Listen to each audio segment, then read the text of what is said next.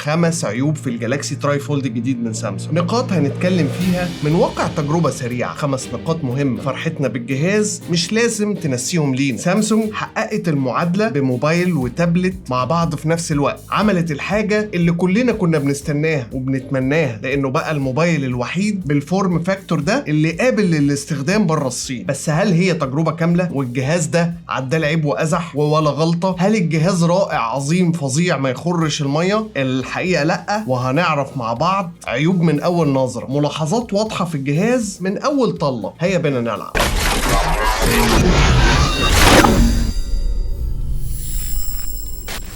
من خلال استخدام محدود ووقت قليل مع الجالاكسي تراي فولد كان في ملاحظات واضحة، والملاحظات دي 5 هقولك عليهم، ولو فضلت معانا للآخر في عيوب تانية إضافية هدية مني ليك. بسم الله نبدأ. وأول حاجة لاحظتها كانت البصمات اللي الجهاز بيلمها من جميع الاتجاهات، مهولة، مغناطيس بصمات وتلزيق، ومحتاج مساحات شغالة 24 ساعة للموسوسين وأصحاب هوس النظافة. وانت ما شاء الله في جهاز زي ده عندك شاشة كبيرة 10 إنش وشاشة بره 6.5 إنش وفردتين إزاز على الأطراف من بره، وكله عبسميع اللميع على الآخر. لاحق بقى يا معلم تنظيف، وخلي بالك وانت بتنظف خليك حريص قوي مع الشاشة الداخلية. اولا لانها مغرية جدا ان انت تتفرج فيها على محتوى، فهتلمسها كتير، ولما تلمسها هتتبهدل بصمات بقى وحاجات كتير من اللي قلبك يحبها. ولانها بلاستيك طري ومش عليها طبقات حماية فهي معرضة جدا للخربشات والدنتات، ولو عنيف في التنظيف شويتين معرضة لجراح عميق، والجرح لما يعلم من اغلى حبيب علامته ما ينفعش تطيب، معروفة يعني. طيب وايه تاني يا اخي البني ادم العزيز؟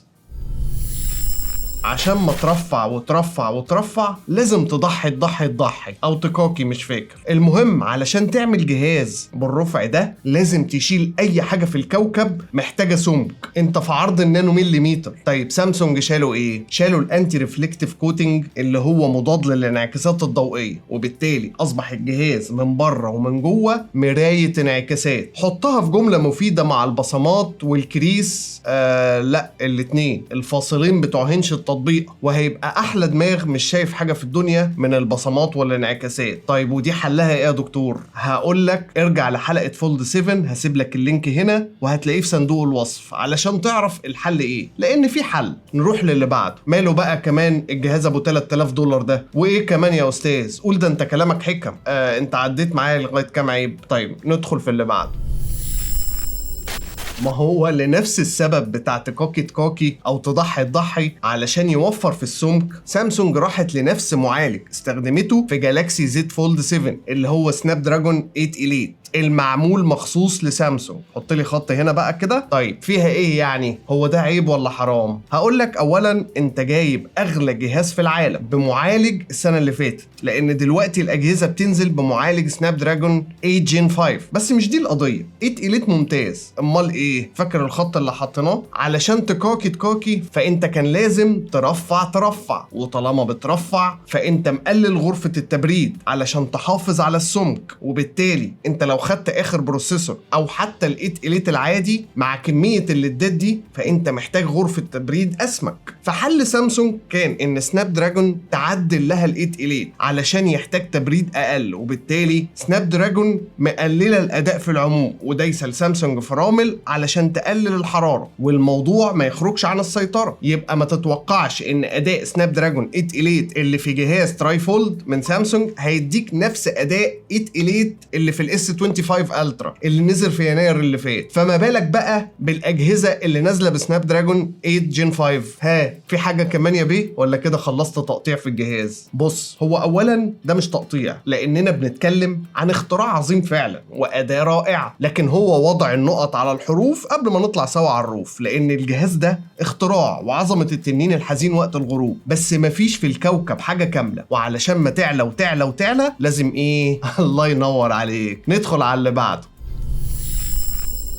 5600 ملي امبير، بطارية عظيمة كبيرة. بس ده العيب الخامس اللي هو ميزة في الجهاز، بس لو حسبناها فاحنا زودنا جناح كامل للفولد 7. الجناح ده هو اللي خلاه تراي فولد، والجناح ده فيه ليدات، والليدات بتستهلك طاقة، فما تتوقعش فرق رهيب عن الجالاكسي زد فولد 7، وهيكون نفس الاداء وعدد الساعات او قريب في البطارية، واللي ما كانش وحش ابدا. بس يعني وجب الذكر عشان ما تفتكرش ان مشكلتك مع الفولد 7 اتحلت كده خلاص، ده يعني لو كان عندك مشكلة اصلا. حوالي 1000 ملي امبير زيادة مش هتفرق كتير في التجربة اليومية مع جهاز 10 انش، هيبقى تقريبا نفس الاداء بتاع الفولد 7. واكيد طبعا الجهاز وتجربته الكاملة هنعرف منها اكتر الاداء عامل ايه، بس لازم تبقى عارف ان التبالت اللي بالحجم ده بتنزل ب 8000 ملي امبير واكتر، وما بتكونش موبايل يعني من اللي بتستخدمه طول النهار، فبالتالي 5600 ملي امبير في موبايل وتابلت مع بعض مش واو خالص، ولا حاجة تطمن كتير على استخدام الجهاز طول اليوم. ممكن يقضي الغرض بس مش هيكون احسن حاجة في الكوكب. ايه ده اخي البني ادم العزيز، انت لسه هنا؟ طيب حس كده بقى، ما تنساش تدعمنا بلايك. نيجي بقى للعيب البونص، وده هديه كده للناس العزاز اللزاز اللي وصلوا معانا في الحلقه لغايه هنا. والحقيقه ان جهاز هواوي ميت اكس تي اللي ما زلت عند رايي ان هو غير قابل للاستخدام خارج الصين، هو وكل اجهزه هواوي الرائعه ما ينفعش تطلع بيهم بره الصين، هم صالحين لهناك. هواوي كان اسمه ميت اكس تي مع انه بيفتح على شكل زد، في حين جالاكسي زد تراي فولد بيفتح على شكل يو مع ان اسمه زد. فهمت حاجه؟ طب ايه حرف اليو وحرف الزد؟ ميت اكس تي كان بيستخدم فرده من الشاشه الداخليه تقوم بدور الشاشه الاساسيه للجهاز اللي بتستخدمها في وضع الموبايل، ولما تتفرد بتكمل وضع التابلت، بتكمل الفرده الثالثه علشان يبقى في حدود ال10 انش. في حين سامسونج بقى راحت لحل تاني علشان ما تخليش الشاشه البلاستيك القابله للطي دي عرضه للخربشه والبهدله وظلم السنين وغدر الصحاب طبعا، فعملت شاشه زجاج ثالثه او رابعه، يعني احسبها زي ما تحسبها، علشان بقى تكون هي شاشه الموبايل الاساسيه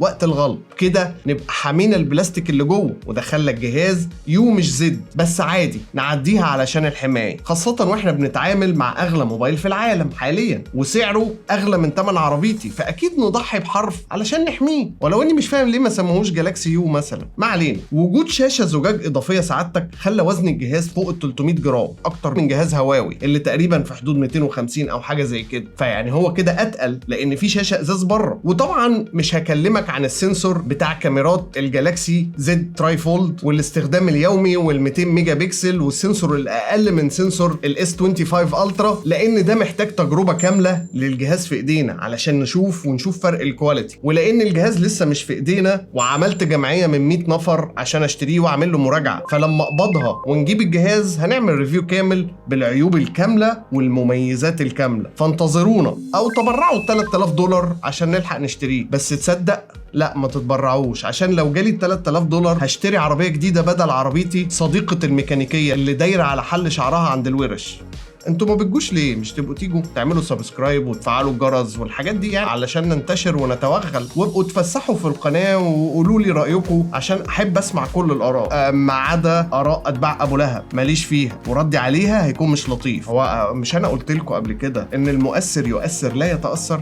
ده ما كانش هنا، كان على قناتنا التانية زيع. ما تنساش تبقى تشترك فيها، الجو هناك تحفه. هسيب لك اللينك بتاعها في صندوق الوصف. سلام.